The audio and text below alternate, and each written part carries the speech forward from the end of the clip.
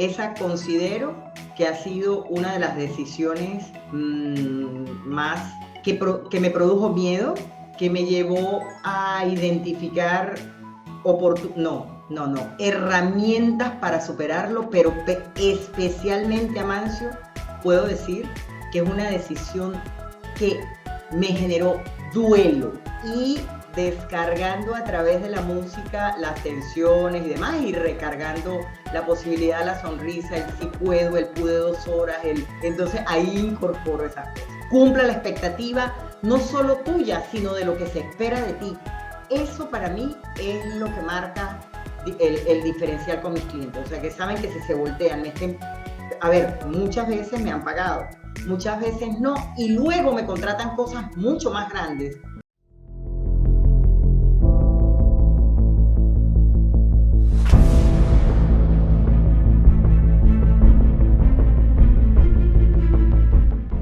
En Líderes, hablando de liderazgo, a mi querida Maru Pacheco. Maru.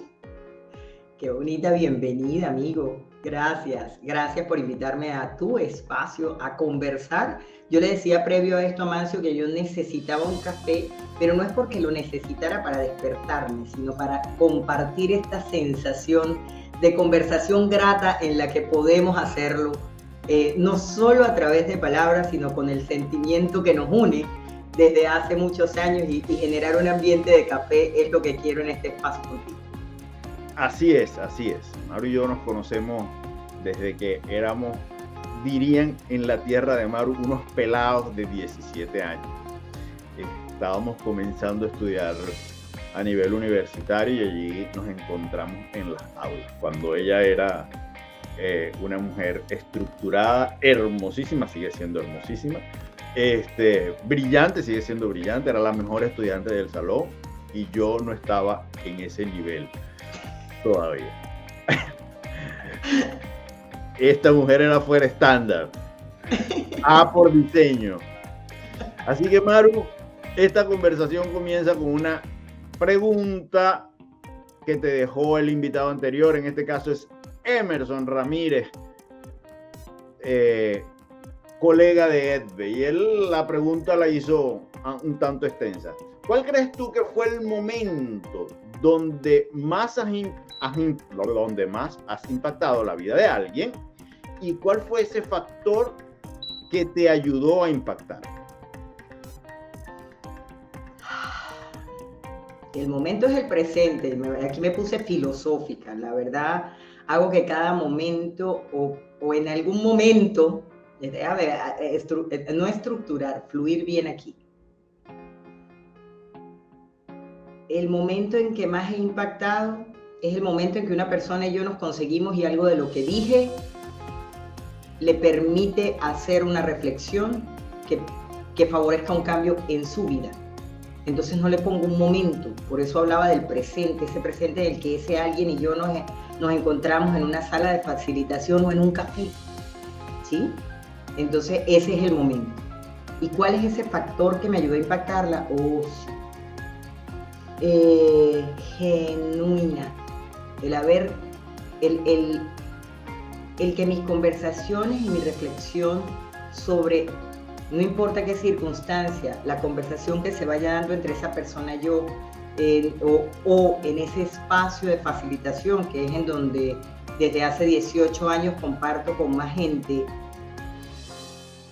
hay un antes y un después entre la Maru, y me encantaba por cómo lo mostraste, y estoy influida por lo que lo mostraste ahorita en la forma como canta Aicea. Y es un momento en el que yo usé muchos modelos para ir descubriendo o para ir limpiando, porque no fue para construir todo lo contrario. Era para quitarle las capas que no le hacían falta a la mano genuina. Entonces, para mí el factor definitivamente tiene que ver con menos capas y con más esencia. Ese sería el ser genuino. O sea, yo impacto más cuando hablo desde cómo soy, como desde sin estructurarme tanto. Por eso hoy no pregunté a qué veníamos, solo vine. Pero Maru, tú eres coach, eres facilitadora, conferenciante, consultora organizacional de muchas firmas y tienes muchos años en esto, tantos como yo. ¿Ha habido un momento en que tú hiciste una sesión de coaching que recuerdes, que conmemores, que dices, con esta persona, y no tienes que nombrarla ni develar nada, pero que tú sabes que fue significativo porque tú dices, wow, lo logré? Yo tengo un caso que lo recuerdo muy vivido, que además se ha convertido en un gran amigo, un gran compañero de aprendizaje, que había estado con los grandes coaches de Venezuela en su momento. Y la empresa dijo, este es el último cartucho que gastamos en ti y lo vamos a hacer con Amancio. Y la verdad que es que el trabajo fue hermosísimo y esta persona, cambió, se transformó tanto que hoy es el director de esa empresa. Entonces tú dices, algo hice bien, algo pasó. Ok, hay dos. Y justo porque hablaste de coaching, ¿sí? Yo pocas veces acepto coaching ejecutivos y en uno de esos, y hoy en día es mi amiga y me lleva a todos lados donde ella va, me lleva, déjame leer, ok, impactado en la vida. Y en esta persona tenía un cargo regional de recursos humanos y sus jefes le estaban reportando que no lograba un impacto en temas virtuales. No era pandemia, era previo a la pandemia, pero ella desde Panamá llevaba a toda la región. Y pues no había desarrollado las habilidades para la cámara y me buscan a mí. Voy a contar porque quizá esto sea un hallazgo para algunos que sienten que la cámara todavía no termina de permitirles esa conexión, y yo me he propuesto, y lo digo con todo corazón, esto fue lo que logré con esa persona, ir más allá de las cámaras.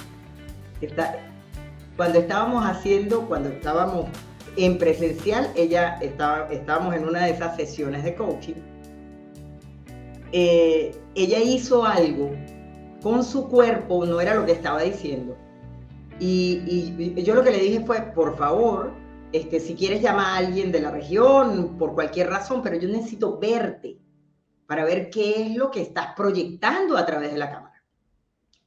Lo que observamos o lo que sucedió fue que ella hizo la llamada, y voy a exagerar, voy a subirme un poco para que ahí se ve completo. Ella estaba hablando conmigo así en su escritorio, yo estaba del otro lado. Ella hizo la llamada y vayan observando mi cuerpo. Y yo le digo, alto, alto. ¿Cómo te sientes? ¿Cómo estás respirando? ¿Cómo, por favor, toma conciencia? Háblame. Y el hallazgo era que el micrófono de la máquina estaba dañado. Y que ella consideraba que la única forma que lograba que la escuchara era acercándose mucho al computador, mirando, o sea, perdía totalmente la proyección. Y esto a través de las cámaras, pero ¿cuántas veces nos pasa que no estamos conscientes de la corporalidad que nos acompaña cuando estamos queriendo o cuando nos proponemos liderar, modelar, lograr que un equipo haga algo? Entonces, aquí, a propósito de cerrar esta conversación sobre la respuesta, esta persona ese día se dio cuenta que incluso, porque yo seguí indagando, oye, ¿qué? Y cuando tú ves un líder, por favor piensa en una líder modelo, cómo se proyecta, y ese tipo de preguntas que pueden, que la persona puede identificar a quién me quiero parecer, porque no todos son modelos para nosotros. Esta chica hoy en día ha ocupado 2 cargos más regionales en importantes organizaciones. Recién nos fuimos a Cartagena a atender un grupo internacional que se trajo de muchos lugares para intervenir, y siempre que estamos en grupo terminamos hablando de este momento en el que ella se dio cuenta que no era nada más la proyección de su voz, las manos, la voz, la corporalidad o cómo se veía frente a la cámara, ¿sí? sino que tenía que ver también con la preparación previa de creerse que estaba, de que ella asumiera que dentro de su rol no era nada más lo que sabía, sino que tenía que no solo ser, sino parecer. Y entonces ese fue como el gran hallazgo y la verdad fue muy bonito. Y cuando me dijiste, la semana pasada alguien me reportó y es exactamente lo mismo. O sea, era una persona que iba a tener una conversación, ya tengo 3 años trabajando con ellos, y me dice, Maru, tú no te debes acordar, ¿verdad? Y yo la miré, no, la verdad no me acordaba porque fue una conversación de café, no era una sesión de coaching. Y para ella fue la sesión de coaching de su vida. Y el viernes pasado en la reunión me dijo, tú no te acuerdas, ¿verdad? Y yo, no. Y dice, bueno, iba a tener una conversación cara a cara, estaban sacando gente de la empresa, yo estaba muy nerviosa porque pensé que era uno más de esos números, y tú me diste tips de cómo me iba a sentar y cómo iba a respirar, y recuerdo que me decías, ambos pies en contacto con el suelo, espalda recta, y yo la verdad no me acordaba, pero son cosas que yo he incorporado como una habilidad para proyectarme, y creo que sí, que ahora resumiendo, uso el cuerpo, Amancio. Uno de los factores que yo más uso para influir, para impactar en mí y en otros, es la conciencia sobre mi corporalidad. Ahí te dejo el resumen para Emerson. Buena Qué bueno. pregunta. Ahora, Maru, de hecho, alguna vez lo conversamos, que tú sentías que cuando nos conocimos estabas en sobrepeso, cosa que al juicio de nosotros, por lo menos de los que te veíamos por fuera, no lo creíamos. ¿Cuándo llegaste a esa conciencia del cuerpo? ¿Cuál fue tu proceso para entender y decir, el cuerpo tiene este poder en la vida? Sí. Efectivamente, primero la conciencia, y esto es simplemente fue un darme cuenta, que traía unas programaciones genéticas familiares que tenían que ver con sobrepeso. Pero que eso no era todo, que había mucho de lo que acostumbraba ingerir, lo que acostumbraba comer. O sea, que ya no podía decir que era nada más una carga genética, sino que estaba haciendo para ella. A los 19 años, identificaron en mí niveles, en mi sangre, niveles muy altos de grasa, de triglicéridos y colesterol. Y empecé a monitorearlos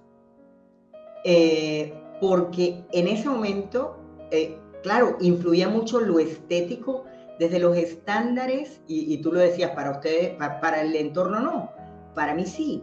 Lo que me acompañaba era que una de las primeras personas de las que concienticé haber amado con locura, mi abuelo, el padre de mi padre, murió con un sobrepeso, con mucho sobrepeso, con una obesidad mórbida. Y entonces empecé a asociar sobrepeso con dolor, con pérdida, con enfermedad.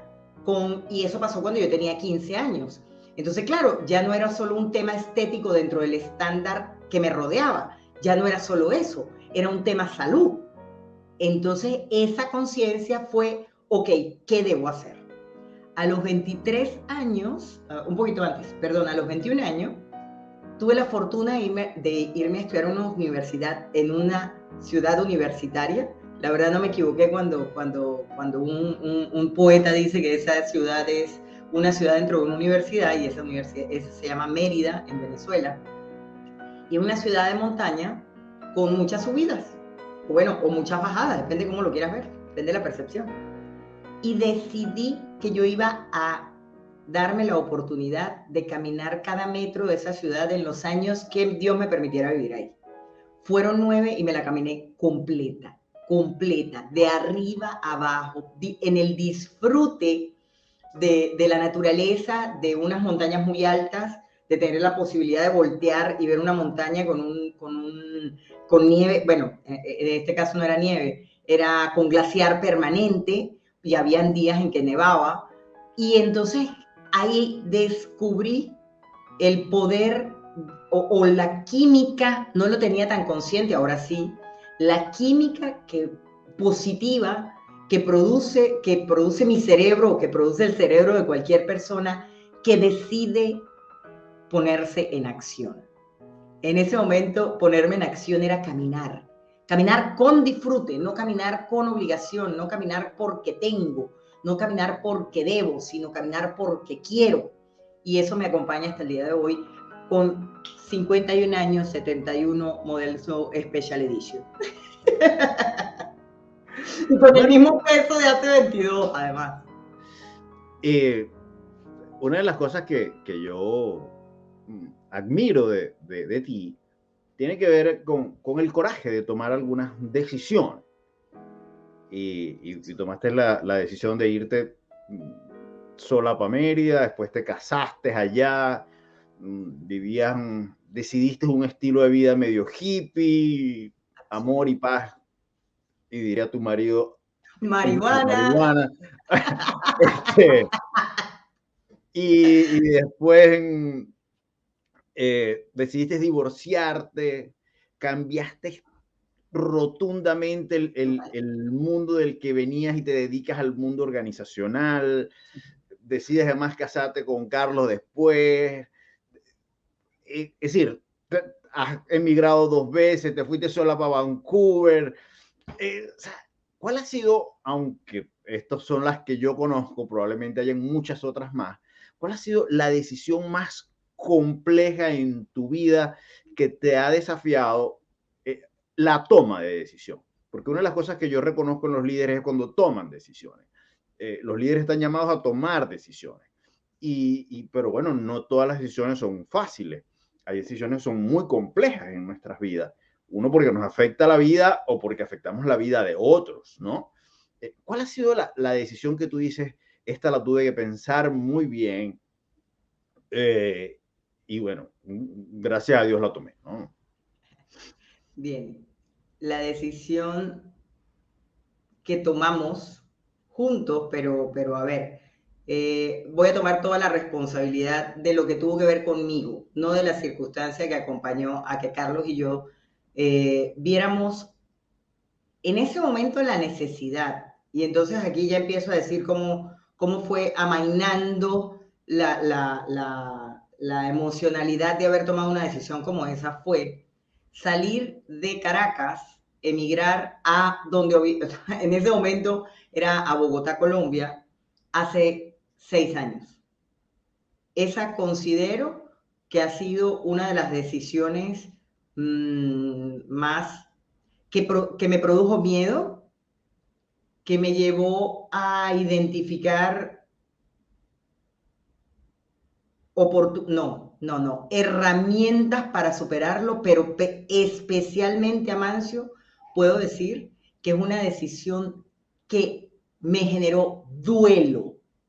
Y lo mejor que me ha pasado con esa decisión fue aprender a duelar. O sea, de verdad, fue conseguirme con el sentimiento que genera la pérdida. Y en este caso no era de un alguien, no era de una persona, pero aceptar el duelo de la pérdida y empezar a vivir etapas, como lo diría Elizabeth Kubler-Ross, pero no porque estas etapas sean 1, 2, 3, 4, 5, sino ir incorporando. Incluso eso me llevó precisamente, y hablo de eso porque me llevó a querer aprender o a educarme sobre el duelo para poder conseguir herramientas que hasta entonces desconocía. Creo que esa ha sido la decisión que me costó más porque me abordó un sentimiento de tristeza profundo, de rabia, de emociones encontradas, y finalmente todo eso dije, es que estoy en duelo. Ok, ¿qué tengo que hacer con esto? Vale, ¿y qué es lo que hay que hacer cuando uno está en duelo? Qué belleza.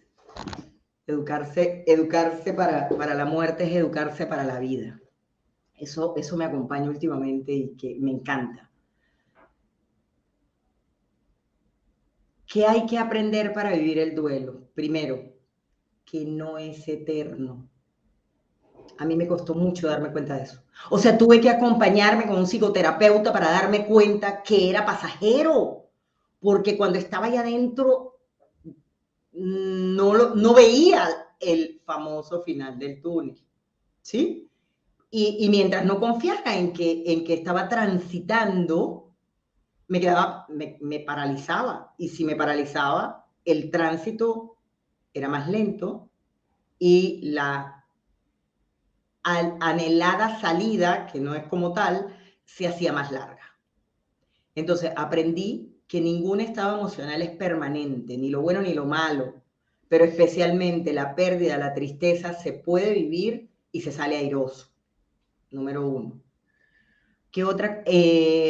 Para transitar el duelo, para mí es, hoy en día, ¿no? Como herramienta, es saber con qué cuento, tener muy clara cuáles son esas habilidades, esas emociones que me han acompañado en otros momentos para salir adelante. Y tú lo decías, bueno, pero emigraste a los 19, te fuiste de tu casa, pero a los 26 estabas casada y a los 29 estabas divorciada y vuelta a ir de otra ciudad y Vancouver y cuántas cosas otras más. Efectivamente, pero algo que hoy en día puedo identificar como un estado seguro es que hay herramientas, habilidades y emociones que me acompañan y que me permiten transitar momentos de la mal llamada incertidumbre. La verdad, hoy en día entiendo que siempre hemos vivido en incertidumbre, solo que nuestro cerebro decide anclarse de algunas cosas para sentir que está seguro. Hoy en día cada vez más a propósito de eso. Y déjame decirte, Amancio, por eso la señora muerte está aquí. Eso no está de gratis ahí. O sea, yo me estoy educando con libros, para educarme para la muerte ha sido un hallazgo maravilloso de vivir la vida, de aprender a vivir la vida. Por eso la señora muerte me acompaña. Y pregunto, solo por ánimos de filosofar, ¿y será que con la preparación para la muerte la estamos llamando previo o es que el destino nos tiene ya anunciado una fecha y una hora? Te digo, la fecha y la hora puede ser la que sea, de verdad. Como yo lo veo, la muerte está a nuestro lado, siempre lo ha estado, como lo veo ahora, ¿sí? Porque lo que te digo, vengo desde hace rato incorporando algunas cosas. No creo, y aquí me uno a las frases de Pilar Sordo, porque estamos en un mercado que la conoce. Recién terminé el libro de Pilar Sordo, No quiero envejecer. Y Pilar Sordo hace referencia a que la gente no quiere hablar de la muerte porque considera que la llama o que la atrae. Y entonces eso ella lo dice, que igual que en el libro de J.K. Rowling en Harry Potter, no hablar del innombrable, ¿acaso lo mantenía lejos? La verdad, para mí es una falsa creencia. Para mí hoy en día lo más importante es que al día de hoy, que amanecí tomándome este café contigo, yo haya sido coherente con lo que he soñado y decidido para mí. Lo resumo en una frase que hace mucho tiempo, o sea, éramos tú y yo pequeños cuando quizá me oíste esa frase. Porque quizá por allá a los 30 un día dije, cada día me parezco más a la mujer que soñé. El tema es que en ese momento yo me empecé ya definía la mujer que yo quería ser. Hoy en día soy la mujer que soñé y sigo soñando. O sea, lo más importante para mí es no haber dejado nada en el camino que me arrepienta al día de hoy. Haber sido, no quiero, yo creo que el bucket list, el que tengo que qué hacer conmigo para que el día que deje el cuerpo, porque es que no dejo de vivir, ahí el detalle, o sea, el día que el espíritu deje mi cuerpo, yo pueda decir, no me defraudé.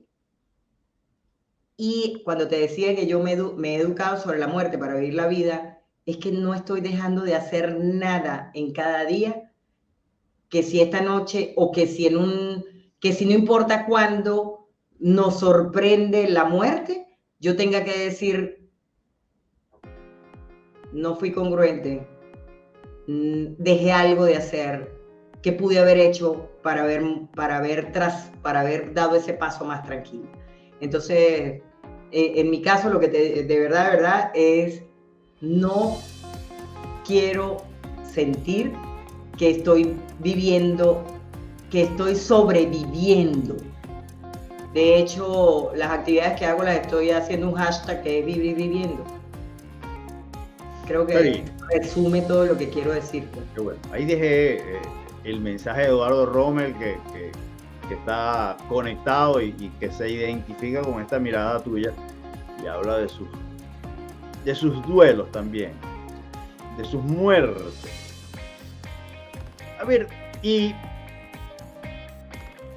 de alguna u otra manera, una de las cosas que siempre nos ha distinguido en las diferencias probablemente sea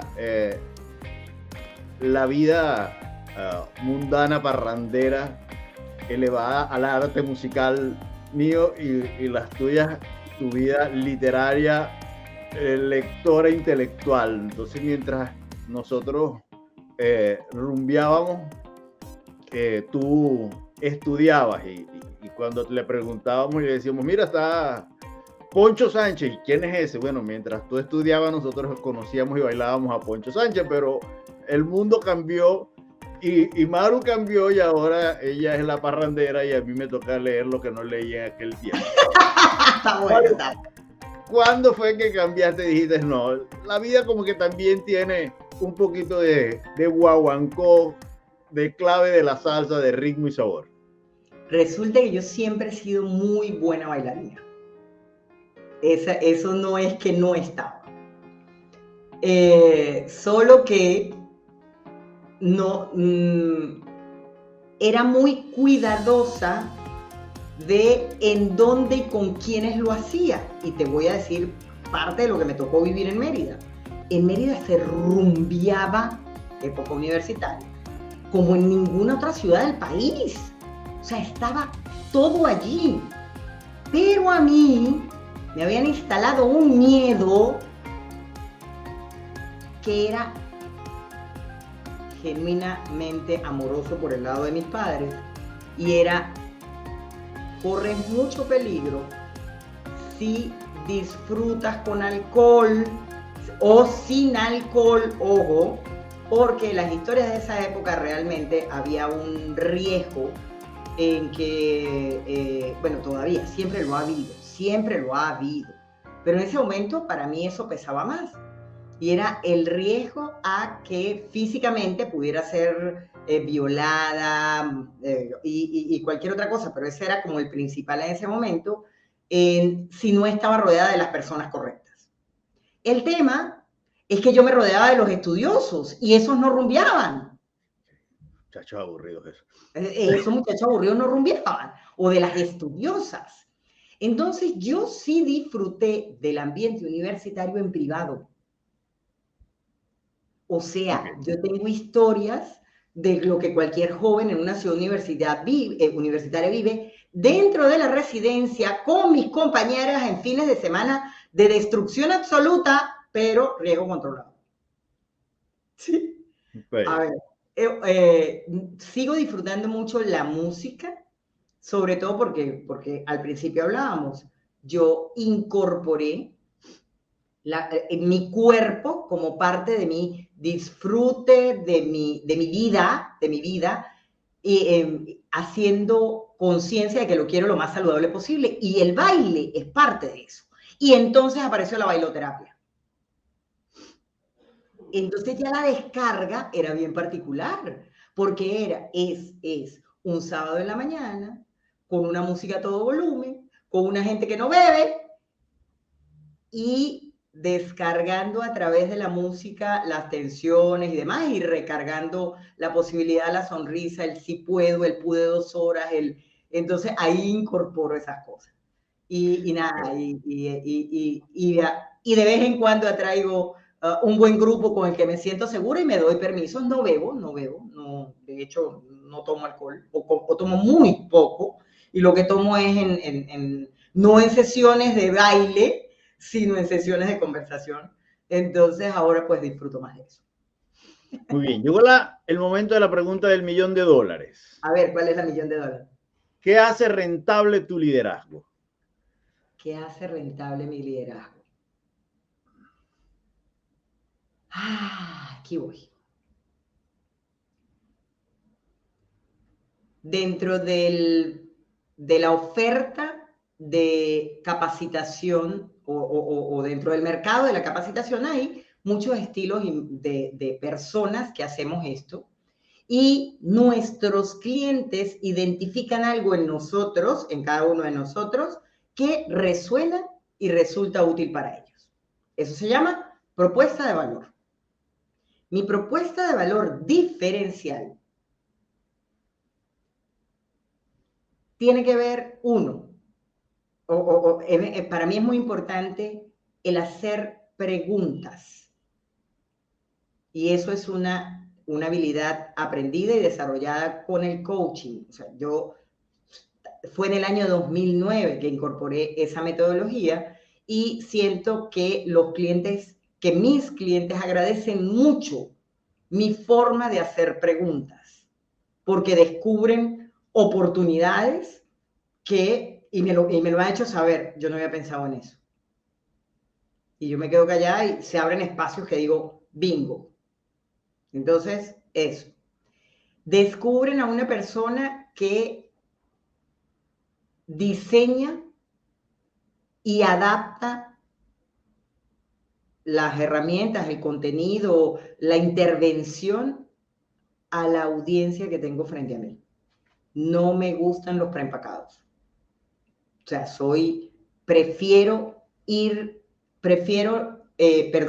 mi valor diferencial tiene que ver con estudiar más a la audiencia y validar que está siendo útil de cara a lo que ellos hacen, no a lo que yo necesitaba decir.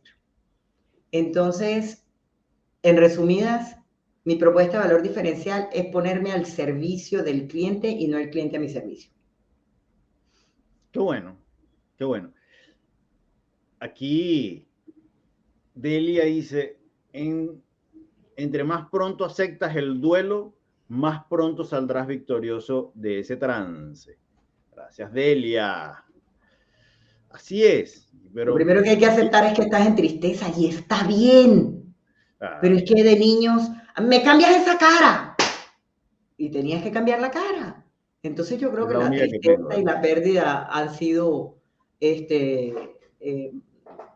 un poco dejadas atrás y yo creo que es momento de empezar a vivir con naturalidad. Y fíjate que ya habla de aceptar y yo creo que ahí está la clave, porque Sí. al aceptar que estás en duelo, la aceptación incluye el espacio de perder. ¿Okay? Cada vez que tú aceptas algo, pierdes algo. Cada vez que aceptas algo, pierdes algo. Cada vez que aceptas tomarte un café, pierdes tomarte un vaso de agua. Por ponerlo en ejemplos muy básicos, ¿no? Pero en temas de duelo, al aceptar, sabes que estás perdiendo algo. Y probablemente es lo que pierdes es tu alegría, probablemente lo que pierdes es el entender de que algo se acabó y que tú no querías que acabara. Y esto puede ser en las relaciones personales como en cualquier otro duelo que tengamos, ¿no? Hacer el duelo, por ejemplo, para mí en este tema de migración, el duelo que me generó salir de mi país, pero yo te confieso que una de las cosas que más me costó fue despegarme de mi biblioteca. la lloré y la añoré por mucho tiempo y aquí estoy construyendo una nueva en este nuevo país. Y ahora viene la sección de culmina la oración. ¿Vale? Yo te doy una oración y tú con una o dos palabras vas a culminar esta oración. ¿Ok? El arte de improvisar. Así es. Y a ti estoy seguro que se te va a dar muy bien. La primera. Son 4 nada más. La primera. ¿Okay? Una palabra que no debe faltar en el lenguaje del líder es... Servicio. Las redes sociales son solo... Una oportunidad de ver varias perspectivas. La mayor virtud.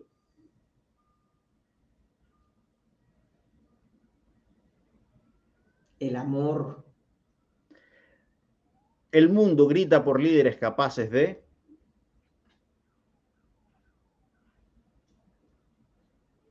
Entregarse.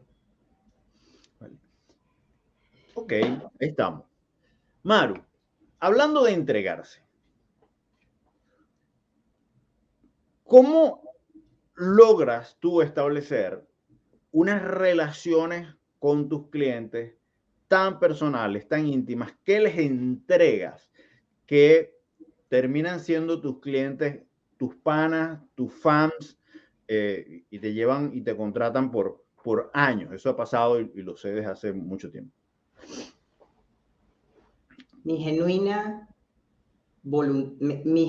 interés de que ellos salgan bien, de que ellos, o sea, yo entrego, indago hasta que identifico qué es lo que arriesgas y qué es lo que ganas si esto sale bien. Y ese, puede llamarlo empatía, pero ese comprender lo que mi cliente, cómo mi cliente va a ser medido dentro de sus KPI. El hacerlo de manera, y aquí acabo de hablar de indicadores, pero el hacerlo tan genuino, tan desde la verdadera voluntad de que quiero que salgas bien, el demostrarlo incluso cuando eso no estaba incluido, pero si eso es lo que hace falta, lo vamos a hacer para que cumpla la expectativa, no solo tuya, sino de lo que se espera de ti. Eso para mí es lo que marca el diferencial con mis clientes. O sea, que saben que si se voltean, a ver, muchas veces me han pagado, muchas veces no, y luego me contratan cosas mucho más grandes que me sorprenden y digo, claro, se siente, a ver, se siente en deuda, pero no lo están, no lo están. Pero nos ha salido bien y me ha salido bien el genuino interés porque él quede bien. Vale. Hemos hablado de las luces de Maru y de todos aquellos elementos que te destacan como líder, como servidora, como mujer, como ser humano, como ciudadana, como coach. Ahora, ¿cuáles son en las sombras tuyas que estás trabajando en este momento? ¿Cuáles son tus lados oscuros? Sí. Yo siento que sigo teniendo una oportunidad en dos aspectos muy puntuales. Inteligencia emocional e inteligencia espiritual. Son los dos caminos. He tenido un llamado espiritual, tal como tú lo dijiste, Maru, pero en Mérida fuiste hippie, vegetariana, meditabas 3 horas y lo dejaste. Y hoy en día he llevado un camino corporativo en el que no lo hablo, pero lo integro. Y quizás esa sea parte de la diferencia cuando hablo con los clientes que saben que ahí hay algo más, pero que yo no ando diciendo, bueno, porque mi conexión con no lo pronuncio. Me basta con que yo sienta que es genuino y que lo estoy poniendo al servicio, ¿sí? Me gusta eso. Entonces, siento que a medida que avanzamos en edad, no debo, y fíjate, digo en plural, pero en este momento la pregunta era conmigo, no debo dejar a un lado cuáles son esos aspectos que por naturaleza y diseño de cerebro empiezan a aparecer miedos y creencias y paradigmas que no contribuyen con una, una madurez, iba a decir envejecimiento, pero es que envejecer habla de viejo y lo viejo no resulta ser exactamente de verdad. Y estoy, de todo lo que he leído, digo, ¿por qué hablar de viejo como algo en desuso? O sea, creo que prefiero hablar de una etapa en la que podemos sentirnos útiles, y para ello vamos a tener que acompañarlo de aspectos, no solo, y en estos días esta analogía me encantó, no solo de la carrocería, no solo es meterme en un quirófano y hacerme la tonería pintura o chapistería pintura, como dirían aquí en Panamá, ¿sí? Porque de qué me vale tener un externo muy bien pulido y muy atractivo si por dentro estoy hecha nada. Entonces me estoy ocupando de ese por dentro. Me estoy ocupando de ese por dentro, y por eso te decía, oye, con 51 años y en la reflexión de educarme sobre la muerte, ¿qué me falta vivir para sentir para sentirme bien, para sentirme en gozo, para sentirme en plenitud? Con la inteligencia emocional me encantan las propuestas de Mario Puig, de Mario Alonso Puig, y esos tips que él nos deja saber desde una persona sabia, porque eso representa para mí Mario Alonso, no desde que me puedo saber todas las teorías, sino de cómo lo llevo a mi vida, de cómo lo pongo en práctica, y de cómo esto resulta en bienestar, plenitud y gozo. O sea, ya ni siquiera hablo de felicidad. A ver, ¿qué cosas son las que rompe la inteligencia emocional de Maru y la saca del lugar armónico donde debería estar o resolver? Tengo intolerancia a la injusticia, ¿sí? Me pone mal, me pone mal. Y entonces tengo como que hacer alto, porque si me involucro en algo en el que percibo injusticia, se me vuelan los tapones. Como dicen, mi entorno sabe que cuando yo digo no soy gente, ya saben de qué estoy hablando. Bueno, por ejemplo, no soy gente, y esto es de inteligencia, de conocimiento propio. Yo no soy gente cuando tengo hambre, por ejemplo. Me sale mi lado oscuro, no soy gente. Entonces, darme cuenta cuando tengo hambre es importante para mí, porque sale mi lado oscuro. Perder libertades. Amancio, si yo siento que algo me está llevando a ese espacio en el que yo no puedo ser lo que quiero ser, y voy a hablar de una situación como para llevarlo a la realidad. Maru, necesitamos una facilitación en la que tiene que estar todo este contenido uno por lámina, y entonces aquel poco de texto, no quiero ese proyecto, no quiero trabajar para eso. O sea, si pierdo la libertad de mi objetivo es que la gente aprenda, no demostrarle láminas. Entonces ahí y prefiero alejarme, digo, ay, ese cliente no es para mí, porque cualquier día se lo voy a terminar diciendo de frente. Pero sí, creo que si te lo resumo, cualquier cosa que amenace mi libertad en todo sentido, saca mi lado oscuro muy fácil. Vale. Llegó el momento del liderazgo. En este momento es cuando tú, de manera anecdótica, nos compartes un momento de liderazgo en tu vida donde serviste como líder, impactaste a uno o a muchos y lo recuerdas y nos lo quieres compartir de manera anecdótica, o ya sea que alguien hizo algo por ti e impactó tu vida de manera positiva y quieres reconocer el liderazgo de esa persona. Yo te voy a dejar solo con mi audiencia para que tú nos compartas y nos cuentes tu momento. Ok. Ese momento, ese momento tiene que ver, más que como yo he impactado, es como me inspiré con alguien, o como me inspiró un líder a dedicarme a lo que hago, y como en ese momento sentí que había identificado cómo yo podía desarrollarme en lo que hoy en día, o cómo yo podía desarrollar mi talento de hablar, de comunicar e inspirar a otros. Tenía tan solo 14 años cuando llegó a mis manos el libro Tus zonas erróneas de Wayne Dyer. Tus zonas erróneas de Wayne Dyer. Y luego él dice que ese no fue su mejor libro, pero la verdad, y yo que lo he leído y lo escucho con mucha frecuencia, me doy cuenta que ese libro impactó la visión que yo tenía hasta entonces muy limitadita de cómo somos producto de las creencias y paradigmas que nos rodean. A través de esas lecturas, y por eso Amancio decía que yo he sido un ratón de biblioteca, yo identifiqué que había gente que había transitado caminos y espacios diferentes a los que en mi entorno familiar e incluso a nivel profesional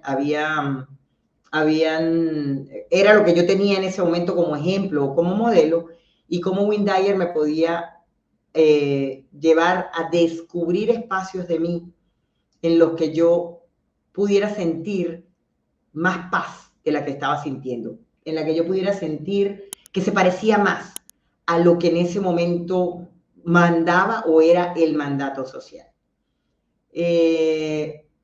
A raíz de eso y posteriormente, siento que en el año 2009, me encanta recordar fechas, yo me gradué como coach y entonces con esas herramientas yo sentí que había encontrado mi propia fórmula para llevar adelante lo que para mí es el concepto de liderazgo. Y es inspirar a otros para que desarrollen su máximo potencial, ¿sí? A través de preguntas, a través de ejemplos. Me encanta, lo he visto muy claro cuando hablo en espacios de mujeres.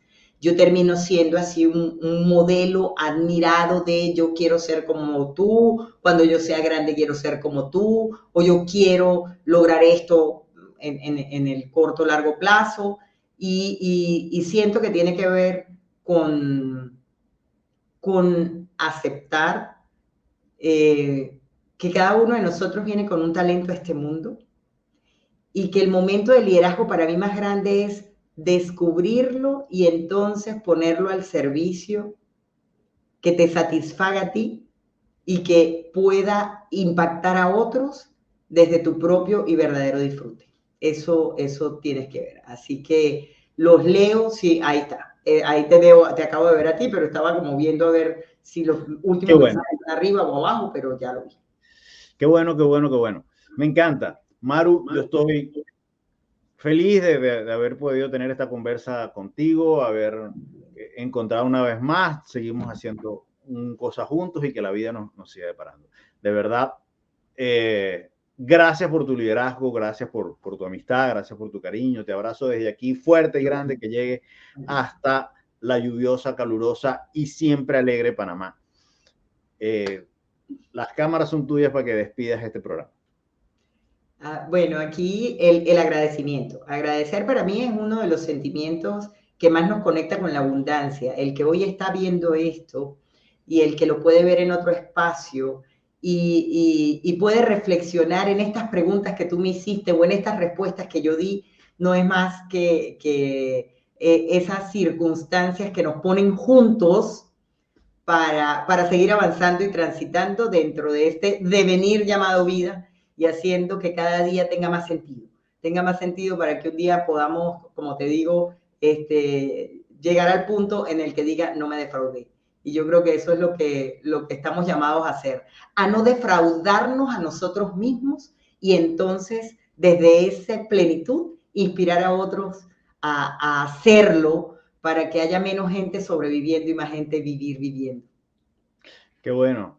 Delia nos da las gracias y desea felicidades. Igual, Delia, que tengas una estupenda semana, que tengas un mes inolvidable y que el 8 de agosto no se olviden de que es mi cumpleaños. Este señor cumpleaños y es parte de lo que va a hacer. Se va a regalar un anhelo de esos que va a decir vivir viviendo, amiga.